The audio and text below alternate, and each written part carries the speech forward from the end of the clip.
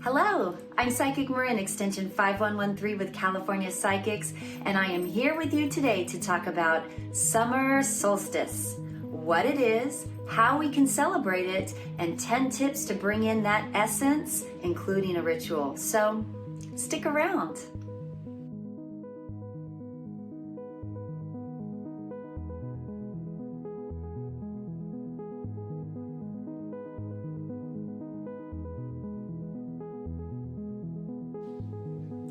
Number 1, rise and shine. And that's as simple as it sounds. So the night before, you're going to want to research to find out when the sunrise is in your area. Set your alarm clock for about 15 minutes before and make sure those blinds are open because you're going to want to wake with the rise of the sun. You may feel a little different, but if this interests you and you want to adopt a more healthy lifestyle, then research circadian rhythms and attune your body's energy with the rhythms of nature. Number 2, tend to your garden. Or if you don't have a garden, consider buying a removable pot and a packet of sunflower seeds that you can plant and keep on your front porch. But it doesn't really matter what it is that you're planting. This exercise is about learning how to harness and feel the energy of the sun. So to do so, you want to visualize that you are opening your crown chakra and that you allow yourself to feel the warmth, feel that light as you pull it down through your body, out through your fingertips, and you send that energy. You want to radiate that love into the crop that you are planting. Number 3, work with the tarot. And what card exactly might that be? You guessed it, the sun. Out of the 78 cards in the deck of the tarot, the sun is the card that most accurately aligns with the energy of the summer solstice. From the young child that has recently been birthed, symbolic of birthing of new ideas, to the 12 rays from the sun, representing the zodiac sign and the bright sunflowers. This card is the card to work with on the summer solstice, and you can do so by setting it as your screensaver. Carry the card with you throughout the day to bring in the energy. You can set it on your nightstand, bring it to work, or you can even print out a colored copy and attach it to a candle and burn throughout the day. Learn the tarot by living the tarot. Number 4, embrace your inner child. And this can be done without it becoming too emotional by engaging in lighthearted activities such as making floral hair wreaths or sun catchers with a child. And if you don't have any children, then guess what? You can use today to finally give yourself permission to act like a child. Number 5, work with crystals. From sunstone to citrine, carnelian, topaz, and quartz, these are the stones that represent the sun and the energy of the summer solstice. And if you don't have any stones, then today is an excellent day to purchase and consecrate your stone. And how do you do that? Simple. You place it outside underneath the energy of the sun so it can spend the entire day, remember the longest day, absorbing the energy of the sun. Then you'll be able to take that stone, set it on your nightstand, altar, or keep it in your pocket. Remember, the energy of the summer solstice is about birthing new ideas, so you'll be able to later use this stone at the appropriate time in your life when you are ready to birth a new idea.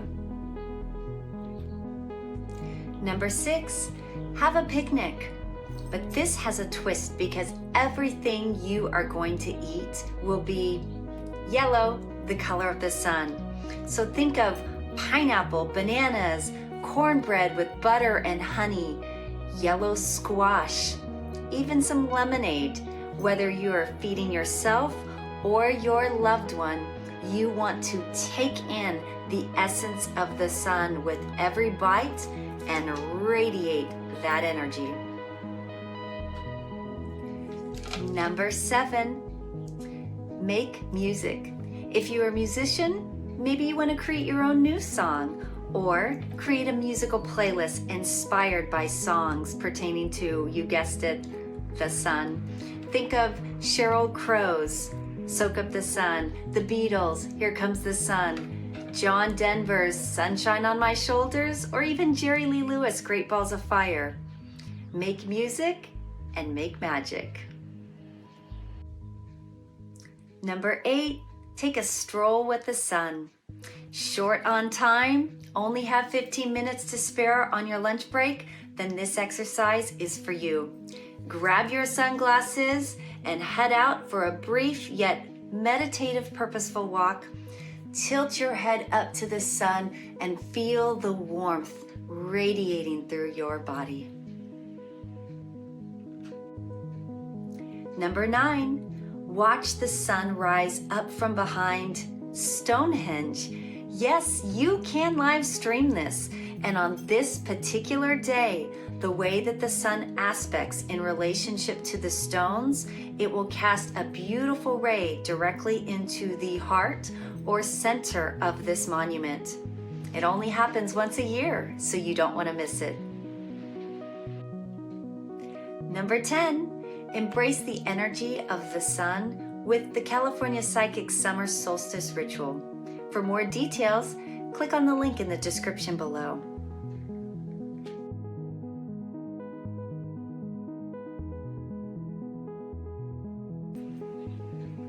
To perform the summer solstice ritual, you will need the following tools. A candle, preferably yellow or white for all purpose. It can either be a glass enclosed vigil candle or a white pillar or taper candle. You will also need an oil. This can be an essential oil such as lemon, lemongrass, or citrus blend, or it can be what is called a condition oil, which is something like a astrological sun oil or something for abundance or prosperity. Your smudging tools, rosemary or sage or Palo Santo wood.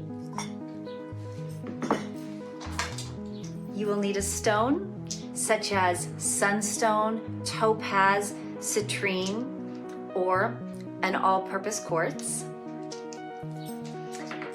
And last, you will need your writing implement and a piece of paper. Let's begin.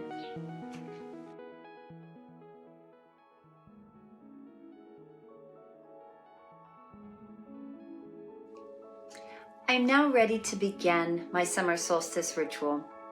I've completed the important task of gathering all the tools.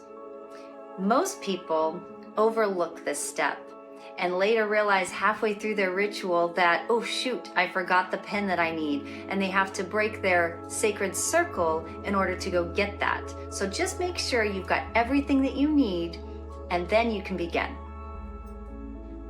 I'm going to start with cleansing first myself and then my sacred space. I'm going to do so by lighting my sage smudge stick and working in a counterclockwise motion, which is banishing. I'm going to circle my crown 3 times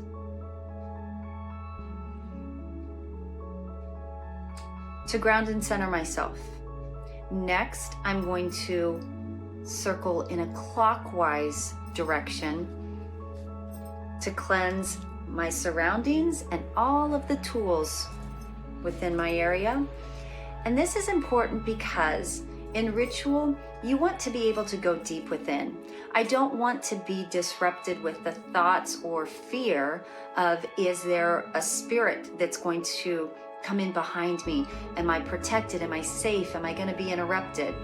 This allows me to maintain my concentration and focus so I can have the most successful result of my ritual.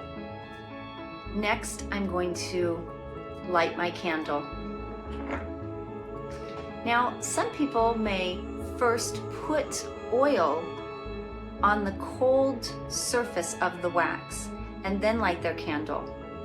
Often that will produce a black sooty mess, and to prevent that from happening, I suggest that you first light your candle and allow it to burn for a couple minutes, which will create a warm pool of wax. Then you can drop a couple of the drops into that warm pool and it will all mix together, minimizing the black sooty mess. Holding my crystal or stone in my right hand, I'm now going to meditate and focus on my intention and what it is that I'm wanting to draw in. While meditating on the flame of the candle, I'm going to visualize and come up with a statement that is written in the positive, affirmative, which I will later write on my piece of paper. I'm not going to write something like, I wish I had, or I really, really want.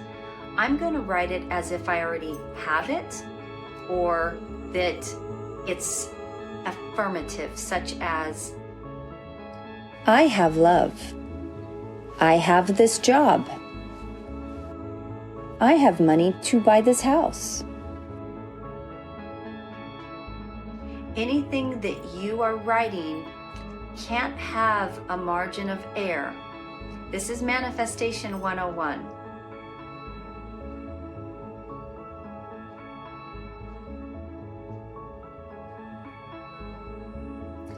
After I have set that intention, I'm now ready to transfer it onto paper, and I'm going to write my prayer, also known as the petition, onto this piece of paper, and I'm going to fold it towards me because I want that to come to me.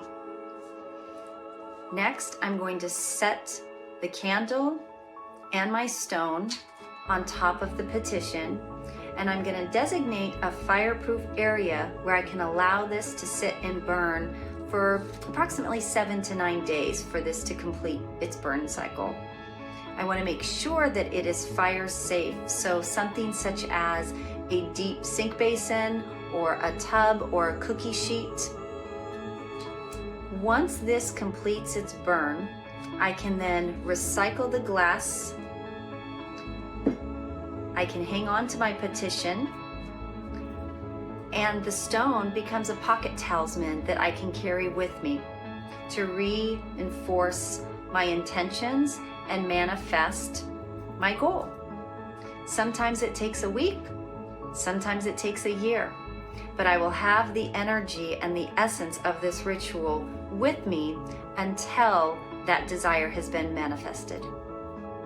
Lastly, it's time to close the sacred space, and to do that, I'm going to first honor and thank my guides for assisting me today, and then I'm going to set a brief closing intention as I imagine the energy cycling up as it's being sent out to the universe to manifest my desires.